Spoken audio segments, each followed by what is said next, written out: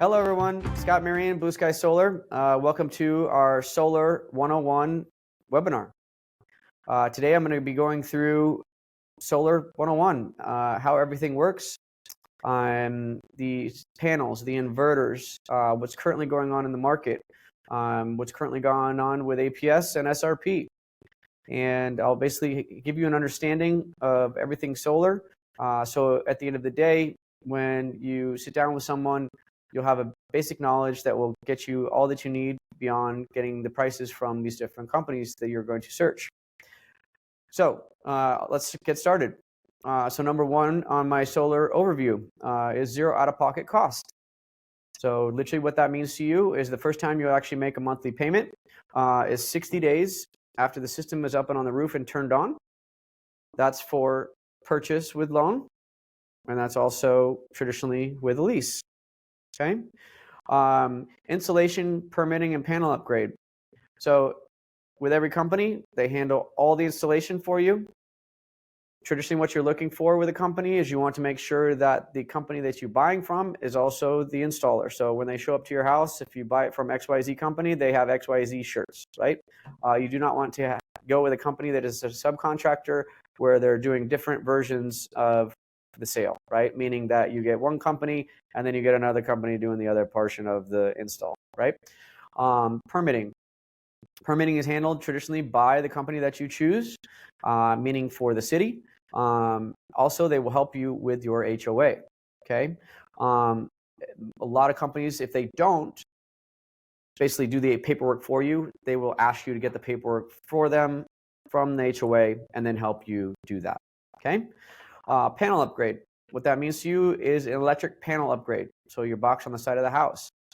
Older houses might have 150 amp. Some of them might have a 200 amp. And there are three things that are included in the 30% federal tax credit. Number one, obviously getting the solar. Number two, those credits are towards the buying a new electric panel if you need one. And then number three is a portion of the roof where the solar is. That's the black and white version. That's a percentage based upon what you get, okay? So beyond that, we have maintenance. So the panels and the inverters have 25-year maintenance and warranty. It's bumper to bumper, no trip fees, no fines, no deductibles. Traditionally, it's fixed by the company that installs it.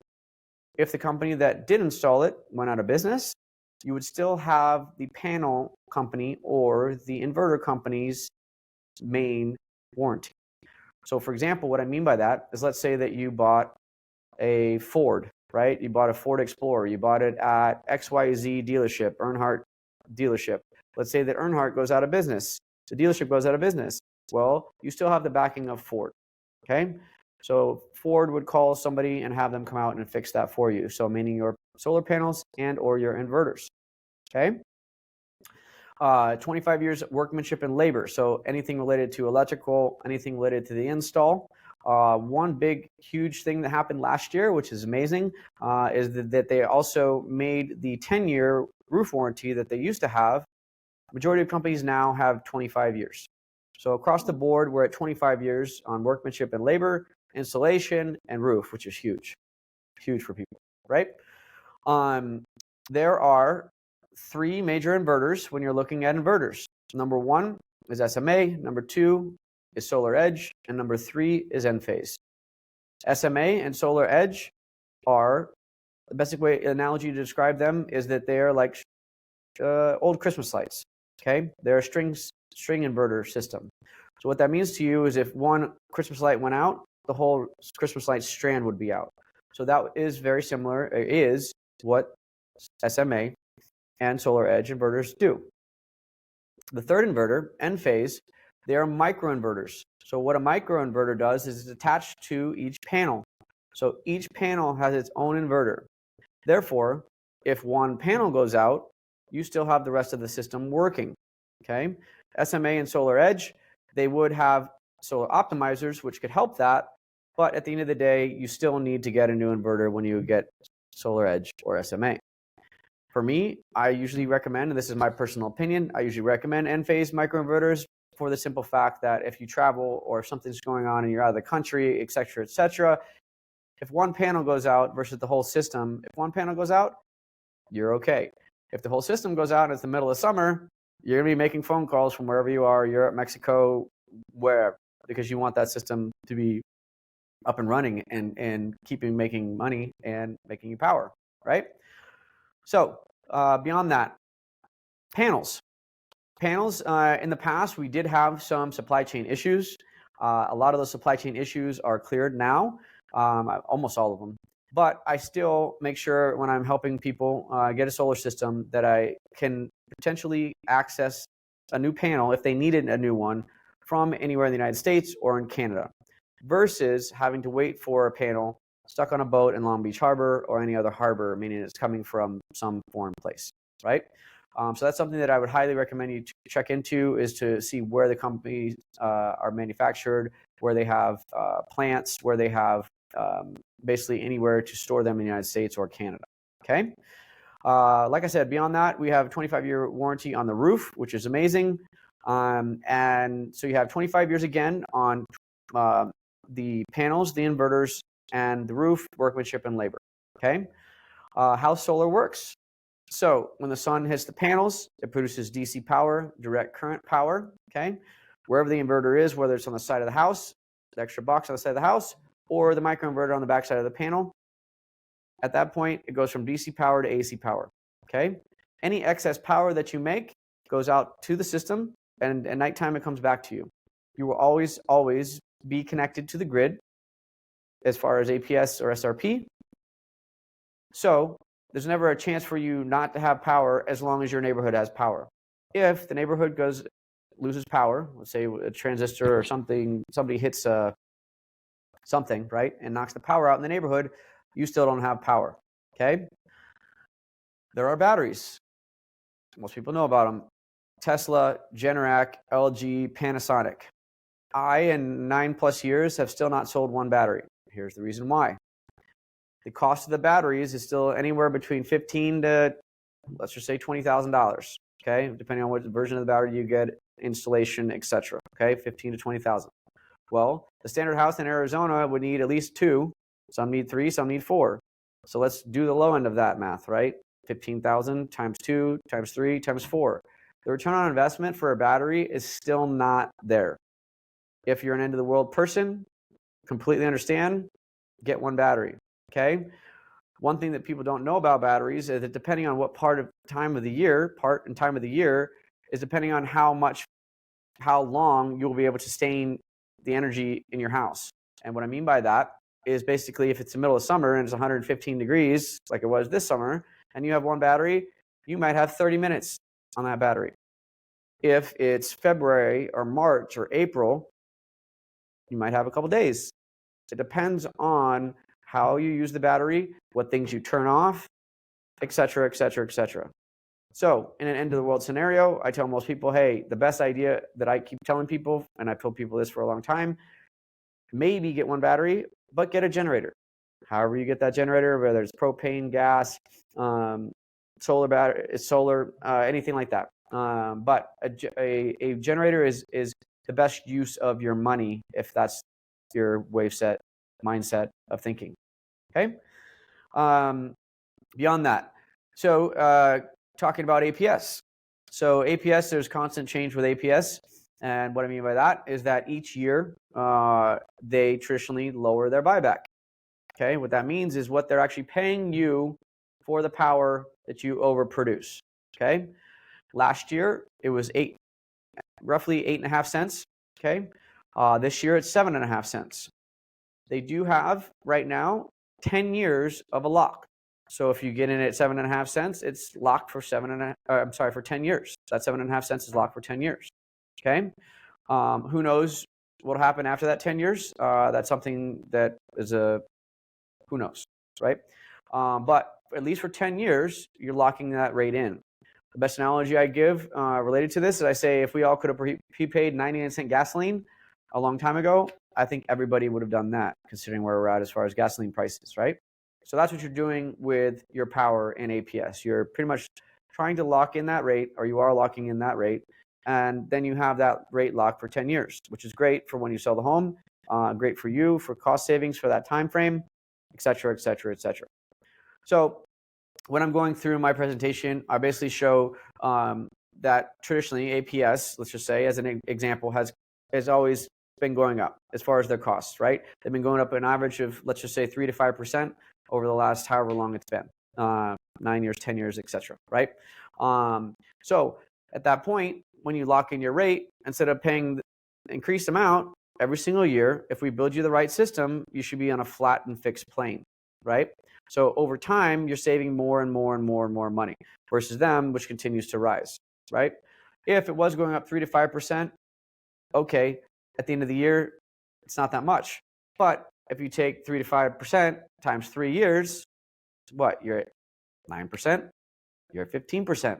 That's a lot, right? Versus having it locked and saving that amount of money. So what I think that the best thing about locking your rate is that, again, if we could all lock in our rate every single year, you could save 20 to 40%, right? Continuously, right? Up and up and up and up. They keep going up and we stay the same, okay? So what happens when you sell your home? What happens when you sell your home with the purchase with finance? There are two things that occur, okay? One, they do have solar appraisers now. The solar appraiser has an extra cert to appraise the solar. So you can get an appraisal for the home and you can get an appraisal for the solar, okay? Depending on who you're using for a mortgage company, depending on who you're using for the realtor, etc., you might have to pay for that solar appraiser, but it's 100% worth every penny because then you have a value consistent with what the solar is worth. The person that's buying the home, you can tell that person, hey, this is what it's worth. Do you want to purchase the solar with the home? That's option one. So that when you move into the home, you now have zero solar payment. And hopefully if the system is built the right way and done the right way, you would have zero electric payment, right? So that's the goal, right?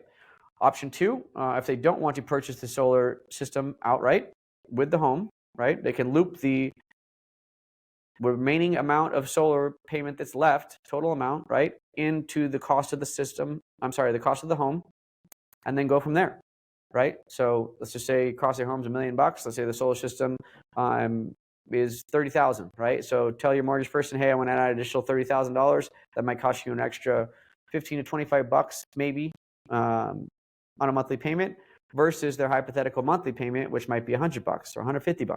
So you can see the difference, right? It really makes a big difference if you can get that solar system looped in. Therefore, you pay it off, and therefore you're just making a monthly mortgage payment on that, right? So again, second option would be to take over that monthly payment. So if the person doesn't want to purchase the solar, they can actually take over the monthly payment and move on. The current criteria is that they have a 650 credit score, depending on the company, depending on the loan company, and then there's a transfer fee. Right now, it's approximately $250. Okay, so those are your two options when buying the home with solar, with purchase with finance. Okay, now we'll go through lease real quick. When someone's getting solar with lease or buying a home with lease is a different ballgame. Lease, when you purchase solar with a lease, you don't get the federal tax credit. You do have certain criteria that are locked in, right? Depending on which version of the lease you get, okay?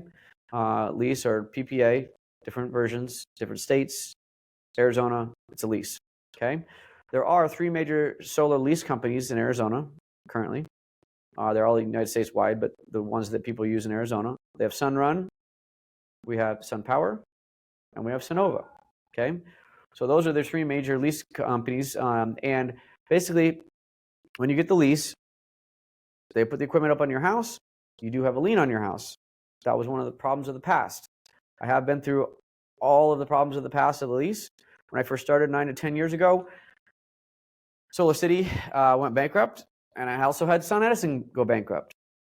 I had people calling me, crying, realtors yelling and screaming, mortgage people yelling and screaming. It wasn't my fault. I couldn't fix that. Now all those issues are pretty much resolved. I think I've never had any issues since in the last 3 to 5 years. But what the problem was in the past, and that's why realtors didn't like solar, that's why mortgage people didn't like solar, this is a huge point of interest, is because they were unable to sell the home and get the deal done because they couldn't find the paperwork, right? When a company goes out of business, things go left, things go right, and that was the major problem of the past. It wasn't that solar was a bad thing, it was just those companies had that issue. So now I educate realtors all the time on what's current and what's now, and that's what I'm doing with you guys right now. All right, now we're going to go through SRP. SRP is a completely different ballgame. And SRP, which includes areas, they're all scattered. APS and SRP, if you're looking at a map, you're just like, why did that go there and why did that go there? SRP traditionally is in Mesa, Chandler, Gilbert, Ahwatukee, and Arcadia. Okay. What I look for to help people save money with solar and SRP is I look for certain criteria. Okay. I look for someone traditionally using 18 to 20,000 kilowatt hours or more. And the reason for that is this. In SRP, their buyback rate is only 2.5 cents, on average. Okay. So compared to APS, we're at 7.5 cents, right? So if I build a system for that person and I do 100% offset, okay, what 100% offset means is that I'm building a system that's going to produce 100% of the power that you used prior year, okay? That's a major point of interest on offset, okay? In APS, my personal opinion, this is just my personal opinion, is I try and get to roughly 120% offset, okay, in APS. Reason for that, with the credits and trying to get you as close to a zero bill as possible all year long. That's my goal with that. I know there's going to be fees. There's going to be some times where it's up or down, etc. In SRP, it's 2.5 cents. So what we do in SRP is we build a system with an offset between 40 to 60%. Okay, that's traditionally been the sweet spot. We also want to have a west-facing roof that we can utilize to maximize your savings. West-facing roof on peak times, 18 to 20,000 kilowatt hours plus is a winning formula that I've seen that's saving the customer money and doing the right thing. Okay. We also have two options in SRP as far as solar plans.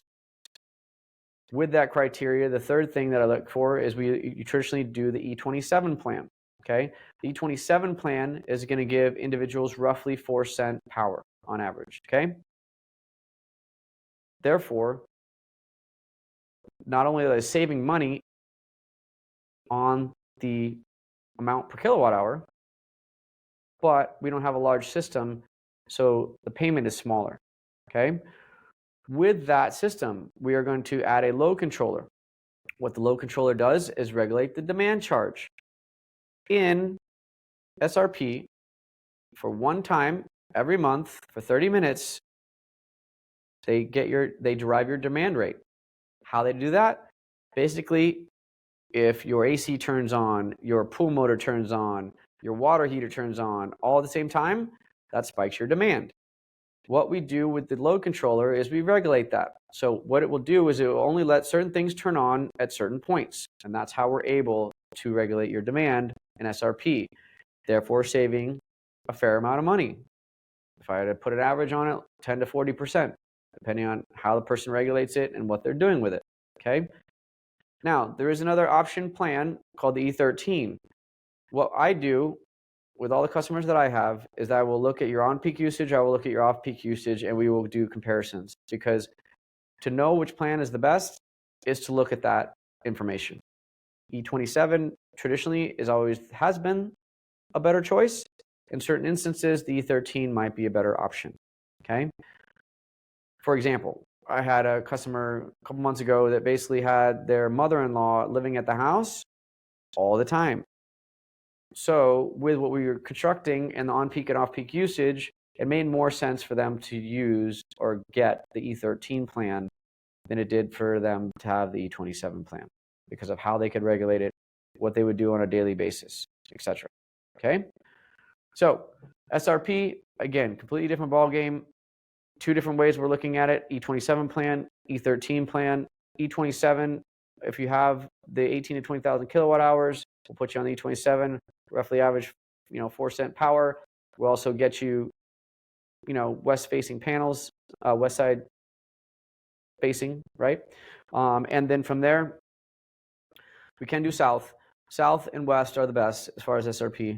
And we never do north. I traditionally try and never, ever do north facing panels, whether it's APS or SRP, because that's doing an injustice to the customer. That's just it. And then from there, we save you roughly that amount. Beyond that, it's a lot of knowledge, a lot of things to go through in your brain. Any questions that you have, please let me know, and I will help you answer all of them. Thank you for joining the webinar.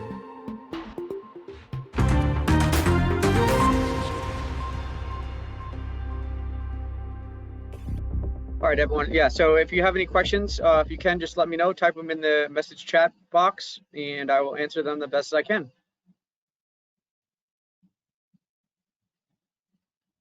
Yeah, Robert. So batteries, great question. So over 9 years, I haven't sold a battery, and the reason for that is that for me, $15,000 to $20,000 on a return on investment. I have access to every battery you can think of: Generac, Tesla, LG, Panasonic. Average batteries, again, one battery is going to be anywhere between $15,000 and $20,000. That's installed, etc., taxes, blah blah blah. The average home in Arizona would need a minimum of 2, right? Some houses need 3 and 4. So if you do the ROI on that, I mean, at 2, you're on a low end, you're at 30,000, 45,000, etc. So the return on investment for me has never been there yet. Okay, so every system that gets installed today is battery compatible. So I would tell you that in the future, when batteries get to anywhere between, I would say, $2,000 to $5,000, that's a sweet spot for a return on investment. And at that point, then you could always add a battery. So you can always add batteries later. But I think that if you're an end of the world person and you really want one, okay, great, then get one. I would also supplement that with a generator. That would be the best combo for that. And I mean, I've lived in Arizona, since 3rd grade. The longest time I've been without power in Arizona was, I think it was like 6 hours, right? And that's because a car hit like a transformer. So that's my answer to that. I think that's the best way to make use of your money, is to not get a battery yet. If they ever come down in price, get one.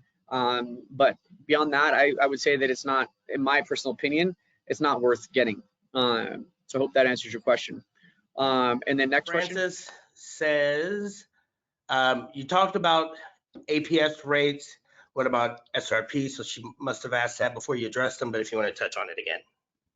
Okay, so yeah, SRP and APS. So the rates in APS have always, APS has been always more solar friendly and more solar favorable to customers and clients. In the past, APS, the buyback was higher. So every year, basically for a while now, the buyback price has gone down, right? It started roughly in the 13 cents range. Now we're at 7.5 cents.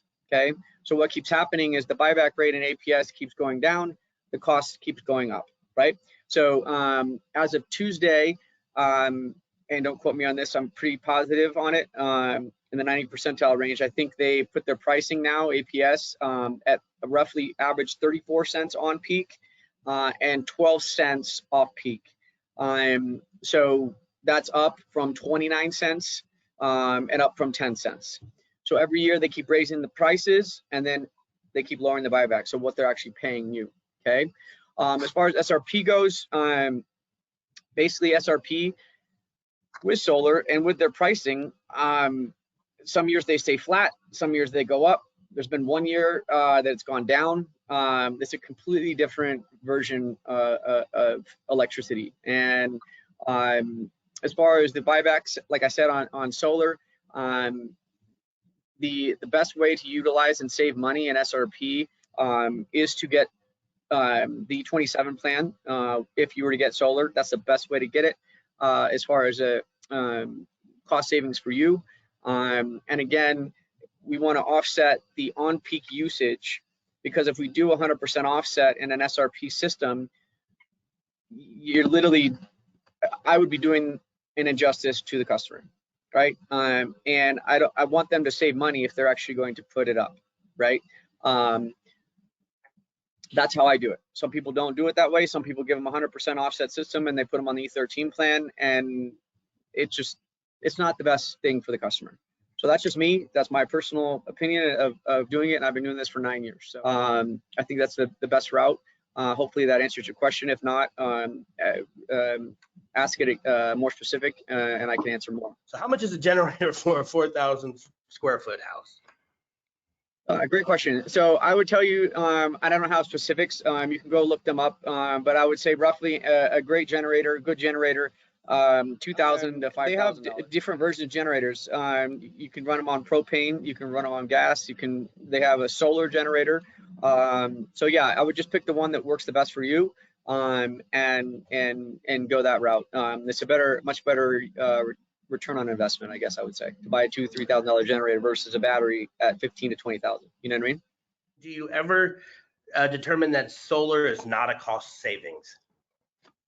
Yes, in SRP I have. For certain customers, yes, 100%. And I'll let them know that. I just tell them, hey, you're actually, then rephrase that. Actually, in APS too, if the roof is not, if the roof does not have enough roof space, meaning it's 2 stories, and they use an extreme amount of power. And then again, this is my personal version of doing this for 9 years. If someone doesn't get an APS, someone doesn't have at least a 50% offset of their solar power usage in APS with the panels, I tell them, I personally don't think it is worth it for you. So that's APS. SRP, again, if I do the math and we literally break down on peak, off peak times, and I have, I have a lot of guys that in the companies that I've worked with, and I still have access to, where they will literally take your bills and break them down so that you will understand exactly how it would work and be the most cost effective in SRP. And they'll tell me, hey, this house just doesn't work.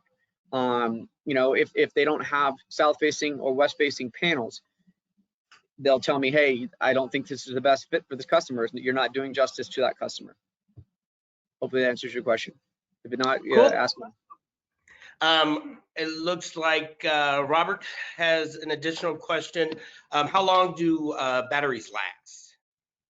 Great question. The warranties on batteries, depending on the battery, 10 years plus. So hopefully that answers the question. You can go onto each one of the company's websites and find out their warranties, and pick the one that you would like the best. I mean, Tesla is the most well-known solar battery, but all the other ones are really good. Generac's a massive company, massive. So is LG and Panasonic. I mean, I've never heard any. I think they're all pretty good. I haven't heard any real negative information on any of those companies.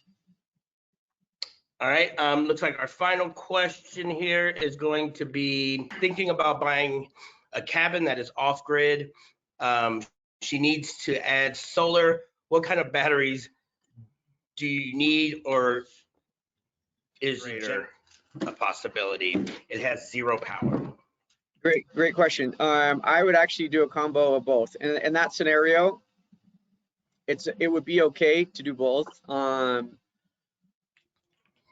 it's going to come down to a money factor of what makes the most sense for you. But I traditionally, my off-grid houses that I've done in the past, we have done a combo of batteries and generator. If you have any more specific questions related to that, Amber, please email me. My email is scott@blueskysolar.az.com, and I can make sure I get all that information to you. For everyone else as well. So scott@blueskysolar.az.com, and we will also be sending out the replay of this webinar as well. Thank you very much for all your time, and have a good rest of your night.